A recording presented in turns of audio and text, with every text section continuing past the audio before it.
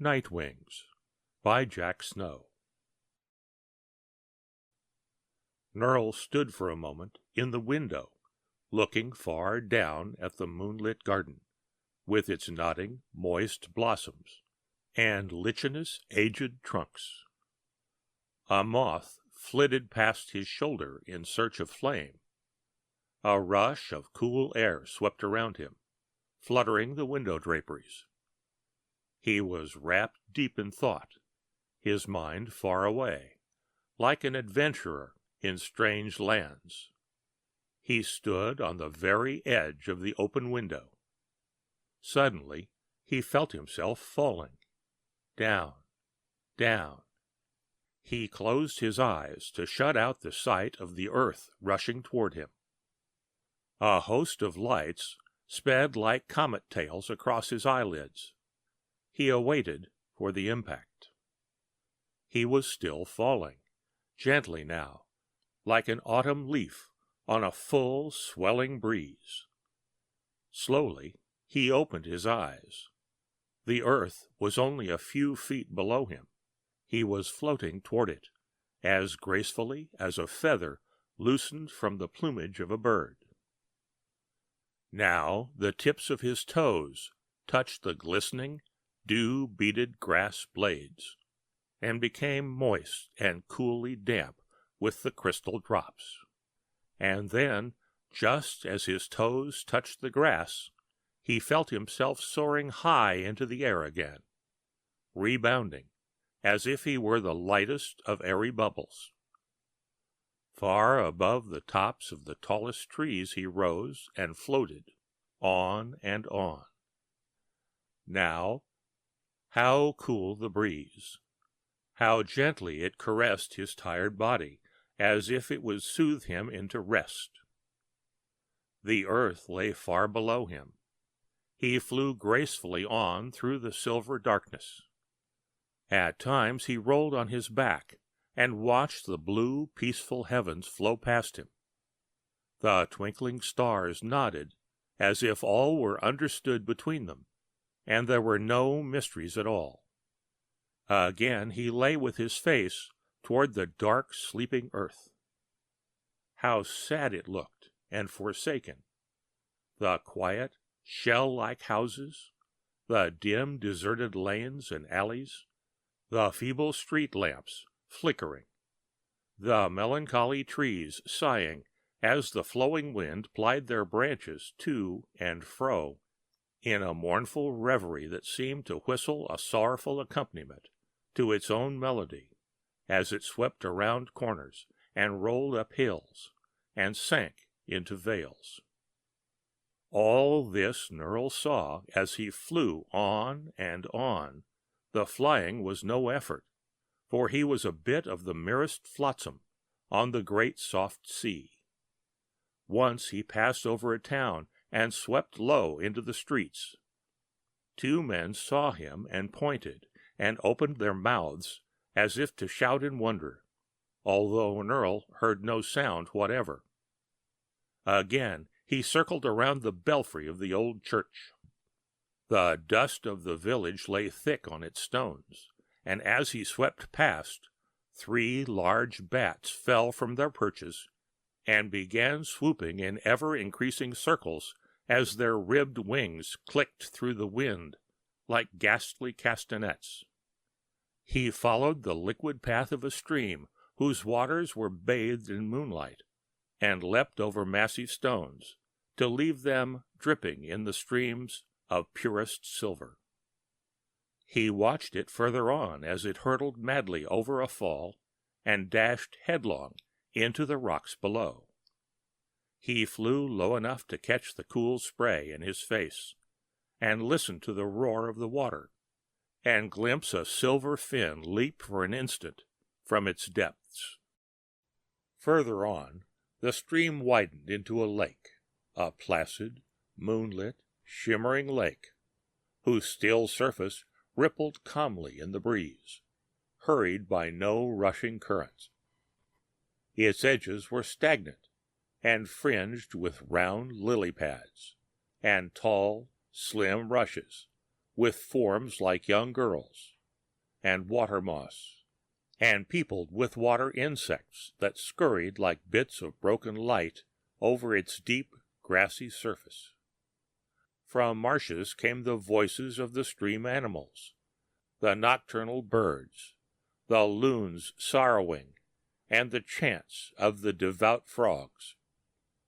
And all the while the breezes were fondling him, flowing over his naked body, tracing his shape, fluttering his hair, and touching his eyelids with cool fingertips.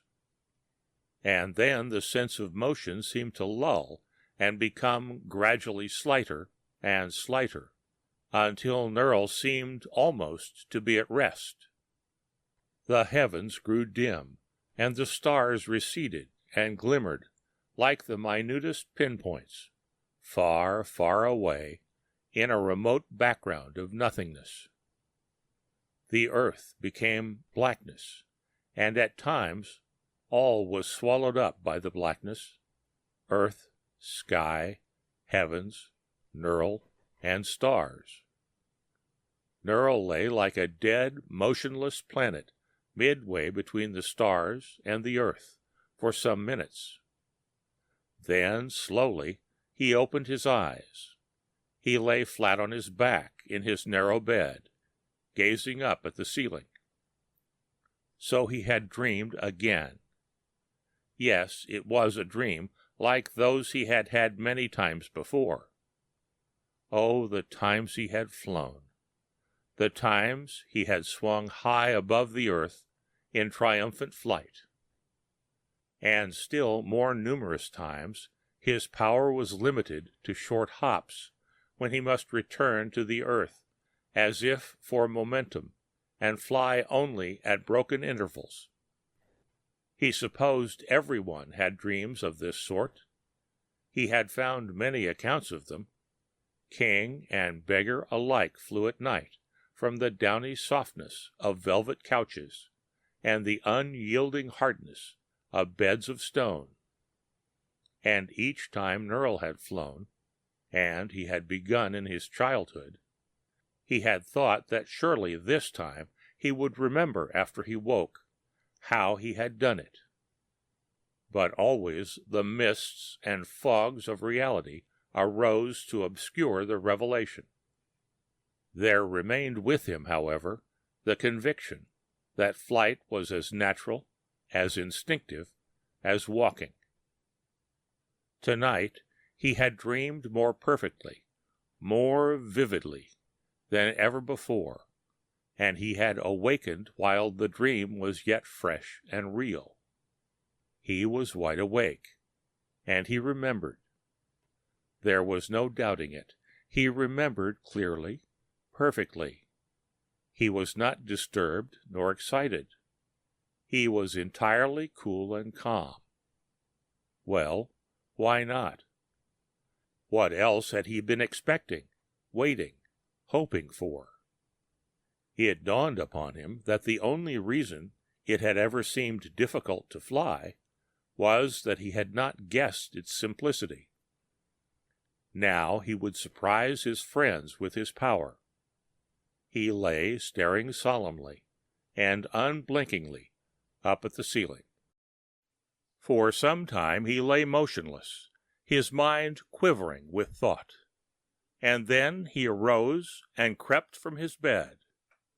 It was not yet morning, and he could safely prove his power without fear of interference or detection. He slipped his nightclothes from his body and stepped quietly to the window. He threw wide open the doors of the window and gazed out. It was just such a night as he had left. There was the slumbering garden. There the tall, murmuring trees. There the starry heavens, and the moon, like a silver lady, stepping among the twinkling flowers of her garden.